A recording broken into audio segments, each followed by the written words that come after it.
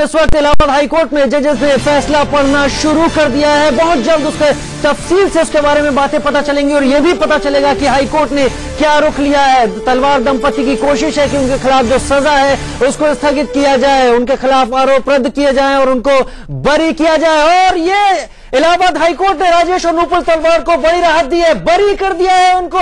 फैसला पलट गया है। जो 26 नवंबर 2013 को फैसला आया था, 16 मई 2008 की यह घटना है, उसमें उनको दोषी माना गया था। लिहाजा अब उनकी नजरें थी हाईकोर्ट के उस फैसले पर। इलाहाबाद हाईकोर्ट ने बरी कर दिया है राजेश और नुपुर तलवार को। इस मामले में सीबीआई ने लगातार जो साक्ष्य सामने रख के कहा गया था कोई डायरेक्ट एविडेंस नहीं है और उसको मिलाकर एक चेन के रूप में माना गया था कि अगर ये सारी चीजें मिल रही हैं तो लिहाजा इसमें आरोपी दो ही लोग साबित होते हैं। 26 नवंबर 2013 को जब निचली अदालत ने दोषी इनको माना था तब ये बातें कही थी, लेकिन इलाहाबाद हाईकोर्ट ने तलवार दंपति को राहत दी है। सुबह से डासना जेल में इंतजार कर रहे हैं, नाश्ते तक उन्होंने नहीं किया जैसी जानकारी हम तक आ रही थी और इस फैसले को खुद ही देखना चाहते थे। अरविंद हमारे साथ जुड़े हुए इलाहाबाद से। अरविंद, ज्यादा अपडेट। राजू, मैं आपको बता दूं कि इस समय की सबसे बड़ी खबर ये आ रही है कि राजेश तलवार और नुपुर तलवार को साक्ष्य के अभाव में बरी कर दिया गया है। बहुत बड़ा फैसला है ये और निश्चित रूप से ये बड़ी राहत की बात होगी राजेश और नुपुर तलवार के लिए। और अभी अभी ये फैसला सुनाया गया है और सुनाने के बाद इंडिया न्यूज ने सबसे पहले इस बात को देश को बताने का काम किया है कि राजेश और नुपुर तलवार बरी कर दिए गए हैं। इससे ये पता चलता है कि सीबीआई ने जो तथ्य, जो सबूत रखे थे वो पर्याप्त नहीं थे। कहीं न कहीं उसमें बहुत सारे लूप होल्स थे और उसका जो है सहारा राजेश और नुपुर तलवार को मिला और दोनों के दोनों लोग बरी हो गए। और अब उनके जो वकील हैं मीडिया से बातचीत करेंगे और तफसील से बताएंगे कि आखिर कोर्ट में क्या हुआ, क्योंकि सारी जो जिरह थी वो हो चुकी थी और आज फैसले का दिन था। प्रोसिक्यूशन लगातार अरविंद ये कह रहा था कि नहीं अरविंद, मैं आपको बताऊं कि कोर्ट ने क्या क्या कहा और जो एक्सपर्ट थे वो इस मामले को क्या क्या कह रहे थे।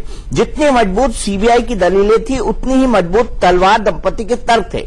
कोर्ट में कई बार क्राइम सीन को ही रिक्रिएट कर राजेश और नुपुर तलवार ने बड़े वैज्ञानिक तरीके से अपना पक्ष रखा। वहीं सीबीआई की दलीलें फोरेंसिक टेस्ट और हालात के मुताबिक बनी हुई सबूतों पर टिकी है, ये कोर्ट ने कहा है। तो क्या हमको इस ऑपरेटिव पार्ट के अलावा जजमेंट में कुछ भी और बातें मालूम पड़ी है कि सीबीआई के किन किन तर्कों को ठुकराया है जजमेंट में? दीपक जी, हमें उसके लिए थोड़ा सा इंतजार करना पड़ेगा, लेकिन जो तथ्य अभी आपने थोड़ी देर पहले बताए थे कि किस तरीके से सीबीआई ने अपने फैक्ट्स रखे और किस तरीके से उसका बचाव या उसका तर्क राजेश और नुपुर तलवार के वकीलों ने दिया था। अरविंद, हम आपको रोकना चाहेंगे। सुशील तिवारी इस वक्त कोर्ट रूम के बाहर से हमारे साथ जुड़े हैं। सुशील, ने क्या बोला है, जजेस ने क्या बात कही है? जी, जजेस ने ये कहा कि इसमें जो सर्कमस्टांशियल एविडेंस का केस है ये, इसमें जो चेन ऑफ सर्कमस्टांस है वो कंप्लीट नहीं है और इसलिए इनको बेनिफिट ऑफ डाउट दिया जाता है। उन्होंने पुराने सुप्रीम कोर्ट के आदेशों का हवाला देते हुए कहा कि अगर टू व्यूज पॉसिबल है किसी केस में तो जो व्यू एक्यूज के वो कोर्ट को एडॉप्ट करना चाहिए। जो एक्यूज के फेवर में जाता है, बेनिफिट ऑफ डाउट दिया है, इसके अलावा क्या बातें कही गई? और इससे पहले साधारण आदमी हो तो अपील अलाउ का मतलब क्या समझे? अपील अलाउ का मतलब जो उनके ऊपर चार्ज लगा था उससे दोष मुक्त हो गए, सीधे सीधे ये मुक्त हो गया। अपील अलाउ का मतलब ये होता है बरी हो गए, ये बरी। जी हाँ, पूरा रिलीज चली जाएगी। तलवार दंपति एक मिनट तलवार दंपति बरी हो गए, ये कह सकते हैं? तो ऑथेंटिक आपको कॉपी मिल जाएगी वहाँ, देखिए। हम तो सुन के जो बता रहे हैं, हमने तो जो सुना वही बता रहा हूँ मैं। बरी हो गए सर? हाँ जी, हाँ। सर अपना नाम क्या नाम है? AK निगम। AK निगम।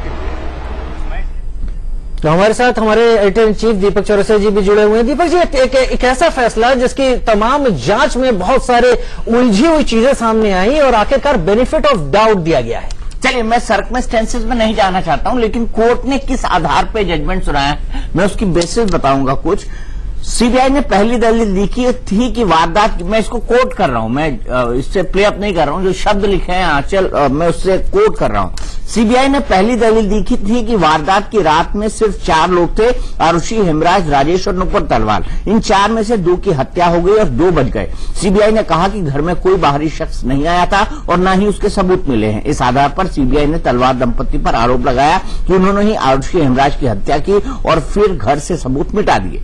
सीबीआई सीबीआई की इस दलील के खिलाफ तलवार दंपति ने क्या कहा वो भी सुना देता हूं आपको। तलवार दंपति ने कहा कि कत्ल की राज हेमराज कमरे में था ही नहीं, क्योंकि आरुषि के बिस्तर और तकिए से हेमराज के खून के निशान नहीं मिले। तलवार दंपति के तर्क दिया कि मौके से कुल 24 फिंगरप्रिंट उठाए गए, 24 और उनमें से कोई भी फिंगरप्रिंट तलवार दंपति का नहीं था। तो फिंगरप्रिंट और परिस्थिति जनरल सर्कमस्टेंसेस उसकी बात कही गई। दूसरा मैं बताता हूं, सीबीआई ने अगला दावा किया था, चलिए वकील की बाइट सुनते हैं फिर मैं आपको पता चला कि कोर्ट ने अपील अलाउ कर दी। अपील अलाउ करने का मतलब यही है कि मिसेज नुपुर तलवार and Rajesh Talwar meaning thereby they have been acquitted of the charges, माने उनको बरी कर दिया गया है। अब पूरा फैसला आ जाए उसके बाद ही हम लोग कुछ कह पाने की स्थिति में होंगे, ठीक है। और चूंकि ये न्यायालय का मसला है, बिना फैसला देखे किसी भी तरीके की टीका टिप्पणी करना अच्छी बात नहीं है। हम लोग कोर्ट तो जब तक पूरी तरीके से फैसला न देख लिया जाए, फैसला न समझ लिया जाए, तब तक कोई स्टेटमेंट देना ये प्रॉपर नहीं होगा, अच्छा नहीं होगा। मैं संजय सिंह।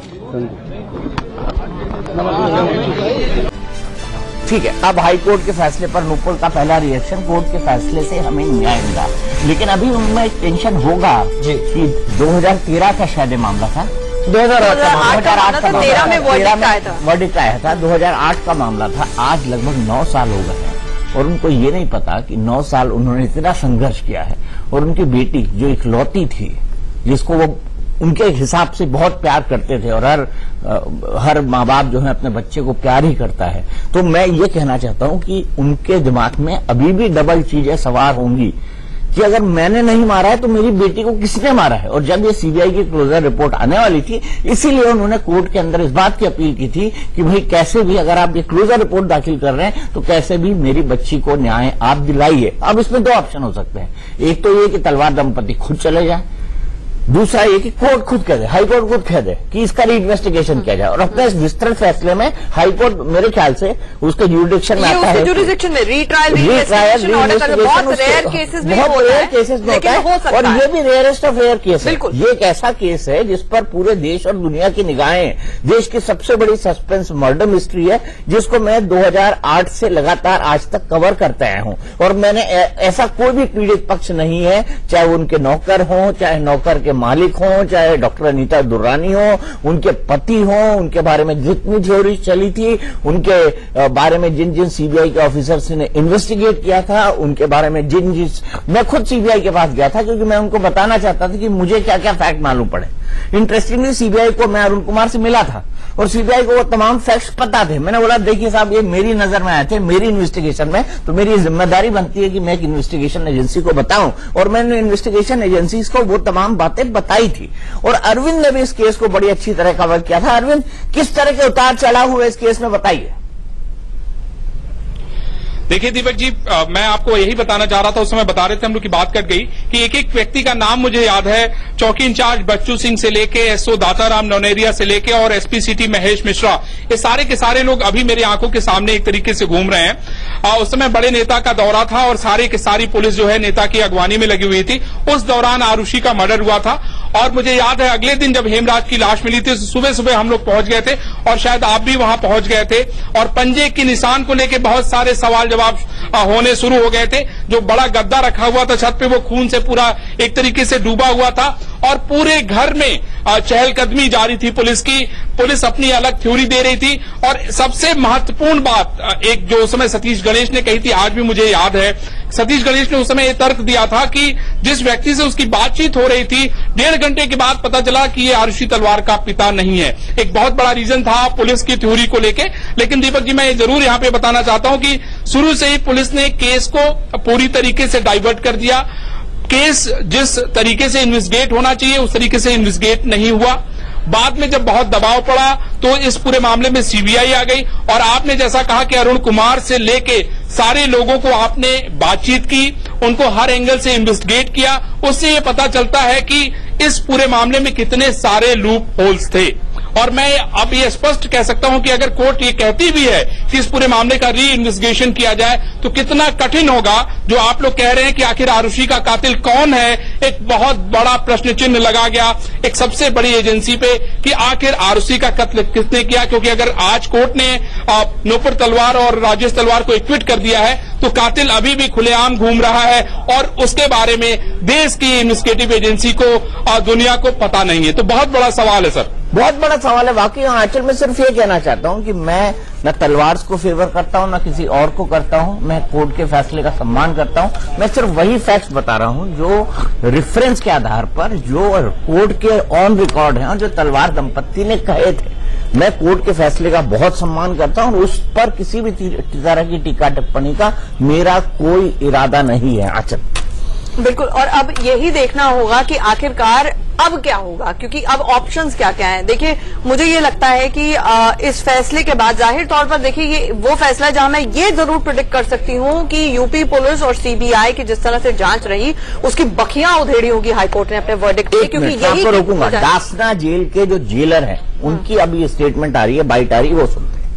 दिनचर्या क्या थी और जब फैसला आया तो सामान्य, देखिए उनकी दिनचर्या सामान्य थी। उन्होंने नाश्ता करने के बाद वो अपनी पूजा पाठ में लगे हुए थे और उनकी ऐसी कोई खास बात नहीं है। वो अपने पूजा पाठ में ही अपना पूरा समय जो आज का दिन। खुशी के आंसू थे उनकी आंखों में। बिल्कुल स्वाभाविक। फैसला पढ़ा जा रहा था उस वक्त नूपुर तलवार अपने बैरक में गुरुबाणी का पाठ कर रही थी, लेकिन जब फैसला आया तो उनका पहला रिएक्शन क्या था? पर निश्चित रूप से उनका ये कहना था कि आज हमें इंसाफ मिला है। वो और उनके आंखों में एकदम एक तरह से देखिए तो खुशी के आंसू थे। जी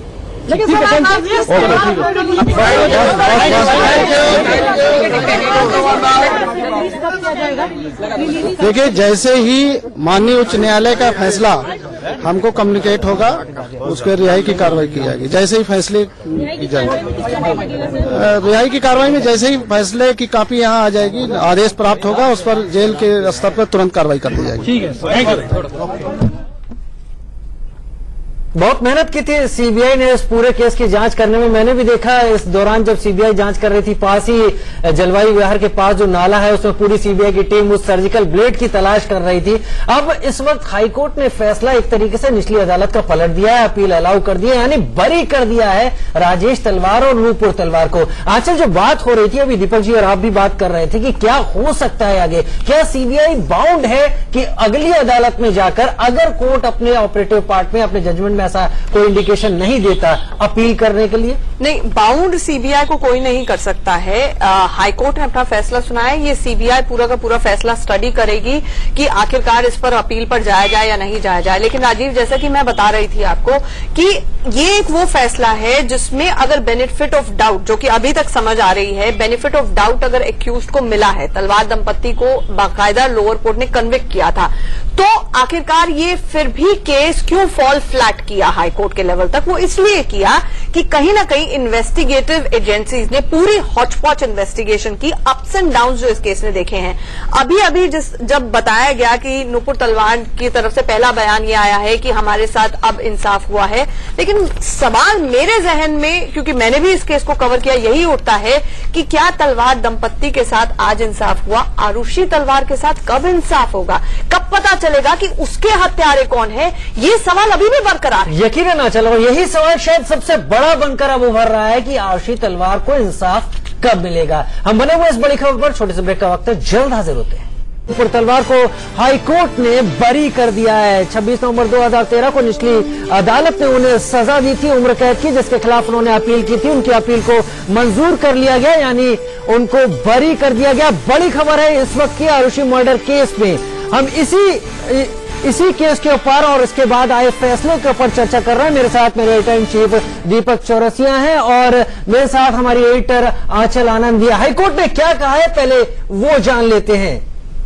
बेटी की हत्या से तलवार दंपत्ति को बरी किया जाता है। आरुषि मर्डर केस में राजेश और नूपुर तलवार, जिन्हें उम्र कैद की सजा मिली थी, उन्हें बरी किया जाता है। दोनों के खिलाफ सबूत नहीं है, वो सबूत जो साबित कर सके कि उन्होंने ही इस हत्या को अंजाम दिया। तलवार दंपत्ति के खिलाफ सारे आरोप खारिज किए जाते हैं।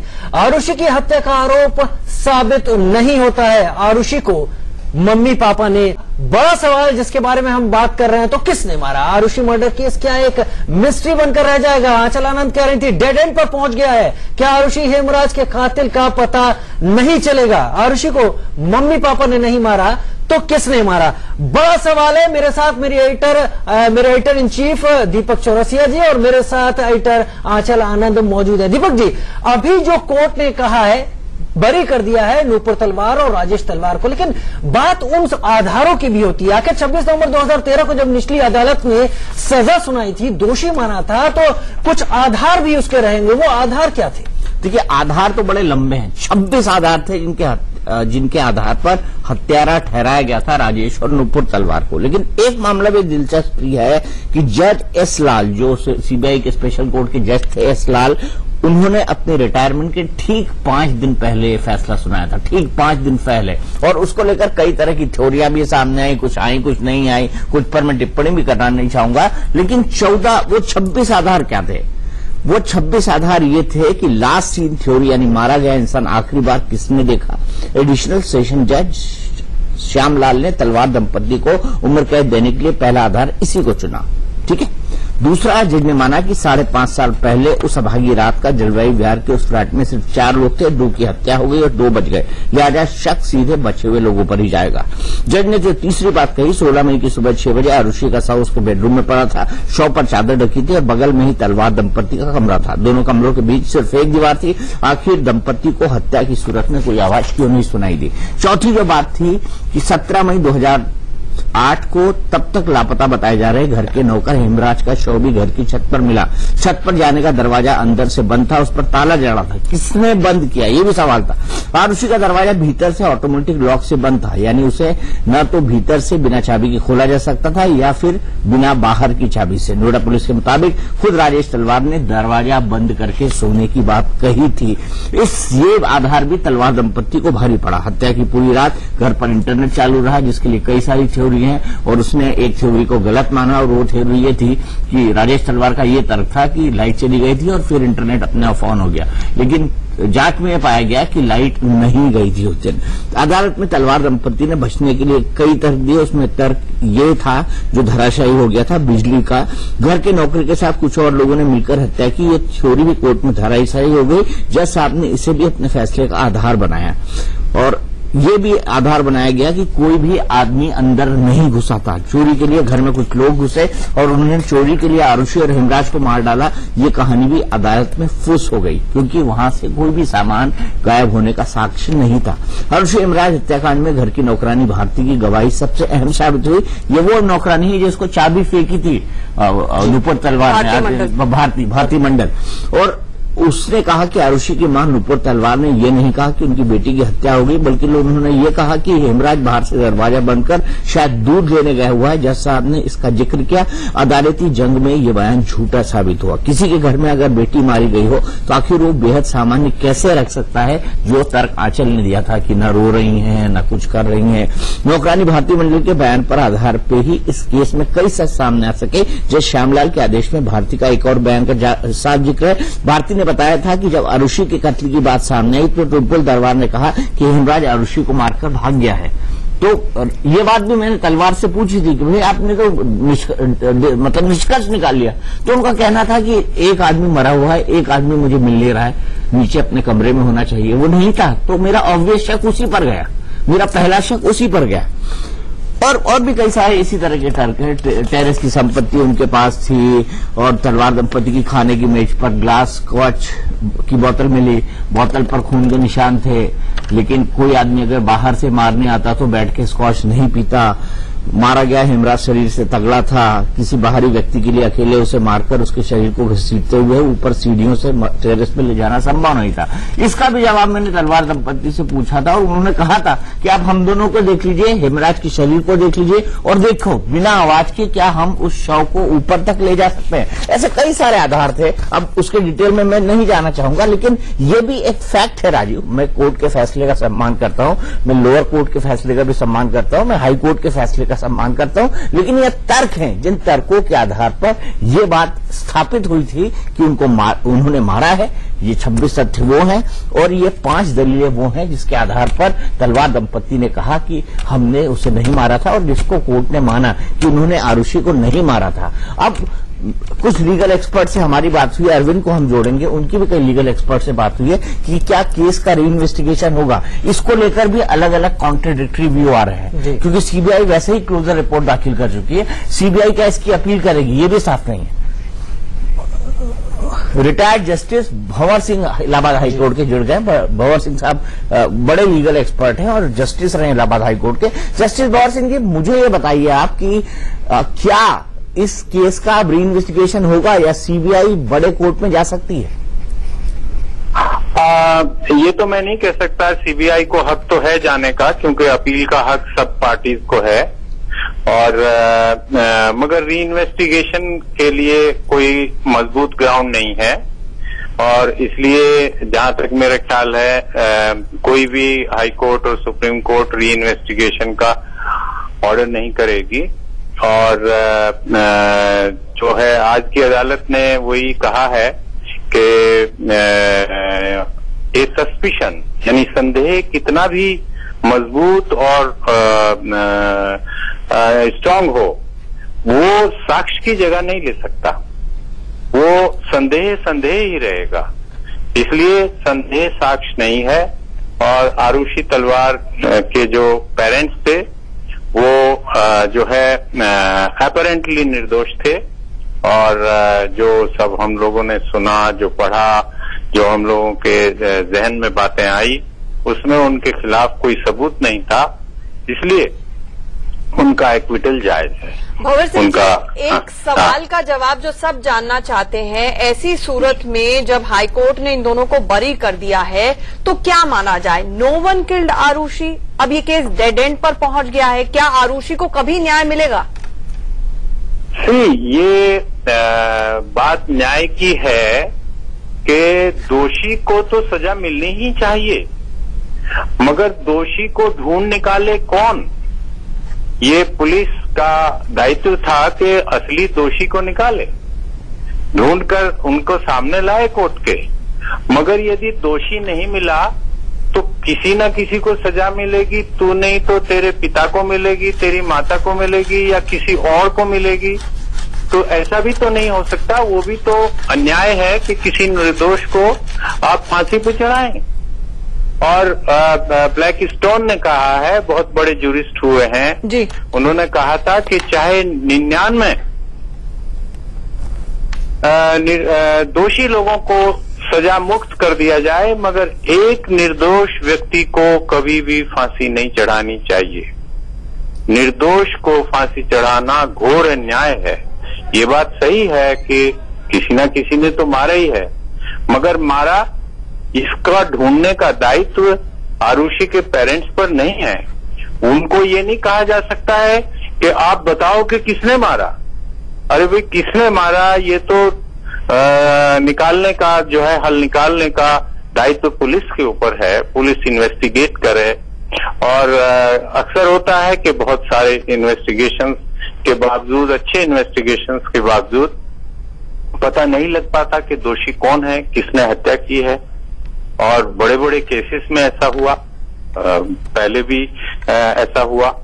तो इसलिए जो है ये कहना कि भाई किसी न किसी को फांसी पे चढ़ना होगा, ये एक अनुचित है। केवल दोषी को फांसी पे चढ़ना होगा, या दोषी को लाइफ इम्प्रिजनमेंट होगी, सजा उसी को मिलेगी जिसने कत्ल किया।